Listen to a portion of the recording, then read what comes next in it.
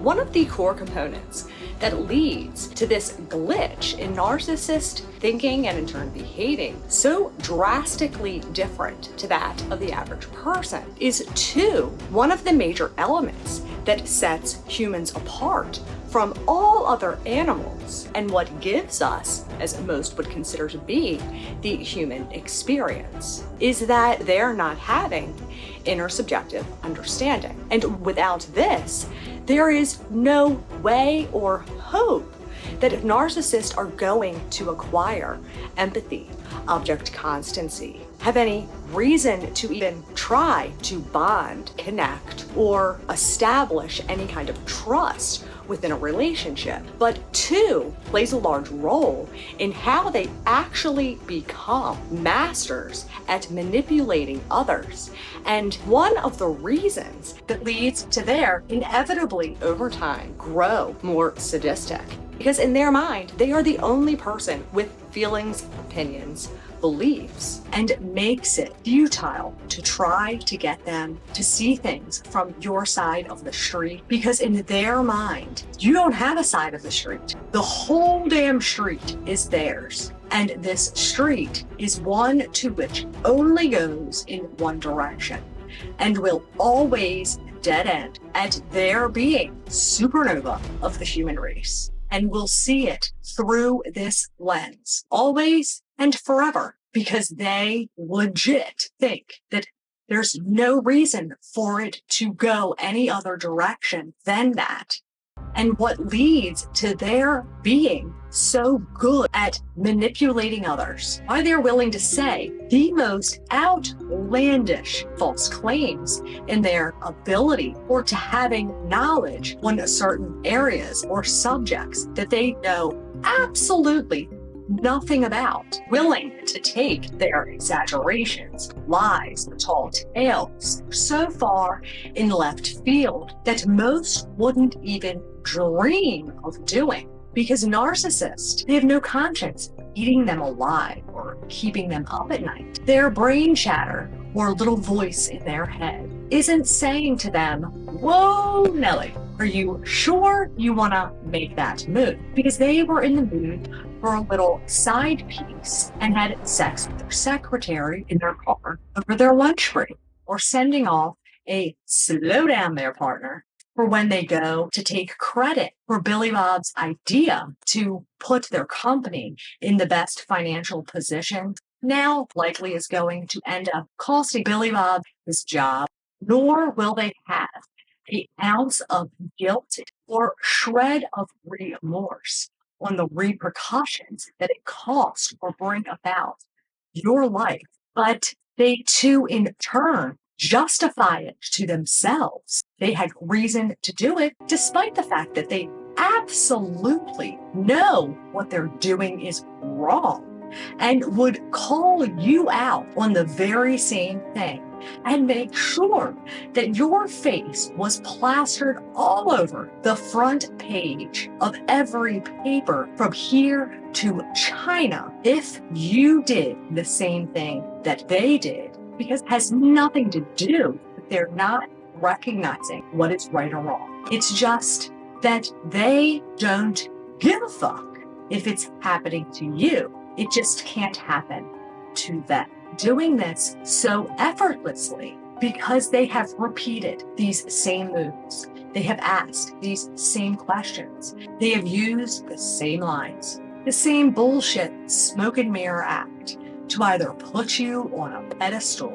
or throw you off the cliff. They know exactly how to maintain control of the conversation. That by asking the questions puts them in charge and steers the way that the conversation is going, and why they go about answering your question with another question or change the subject. They know that repeatedly insulting, demeaning, devaluing, or undermining your success, telling you over and over that you're unworthy, that you're not enough, or that no one else will ever love you, or you'll never survive without them. Over time, these will become implanted into your psyche, and that you will absolutely start to believe it. They know that giving you the silent treatment will really drive you insane, and that no closure or explanation will instill or bring about these feelings of fault and shame. Everything that these people do, from trying to sell you on how wonderful or familiar and alike that they are, down to the things that they do to torment and brain fuck you into the pavement, are done intentionally to give them information they want or get you to behave how they desire, doing so effortlessly, without even batting an eyelash, because they have been practicing this their whole life. It is the same thing that they did on the supply or targets before you. It is the same thing that they will do on the one after. Nothing more than them literally becoming what they need to become, get you to buy into their bullshit at that moment, while simultaneously be gathering just the very things that they need in case you ever try to cross them, preparing from the moment they meet you for you go from being with them to being the enemy or out to get them, using or playing off this doppelganger likable human card as not just a way to gain control over you, but are essentially going about it like they are killing two birds with one stone, so that you'll let down your guard and share to them information that you typically wouldn't give someone, at least not straight out the gate, that they can use to mess with your mind, tug at your heartstrings, and to scratch at the scabs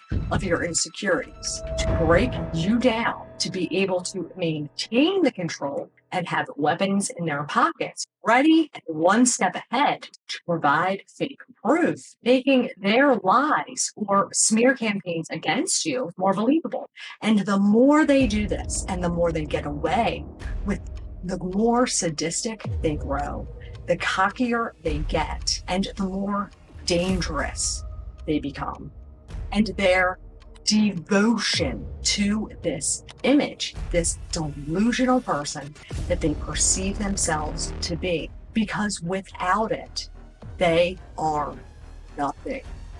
And because they know that if they try to take you on intact with your sense of self, your confidence, that there's no way that they were going to be able to keep control of you or get you from quickly sniffing out their bullshit. Because the only reason that their game works as well as it does and is able to remain in continuous play is when the other person is completely unaware that they are even playing or doesn't know the rules or the objective, so to speak, to their twisted game. Because narcissists have no perspective or ability to see anything past their own worldview, and being able to see what these fools are up to not only takes away their control,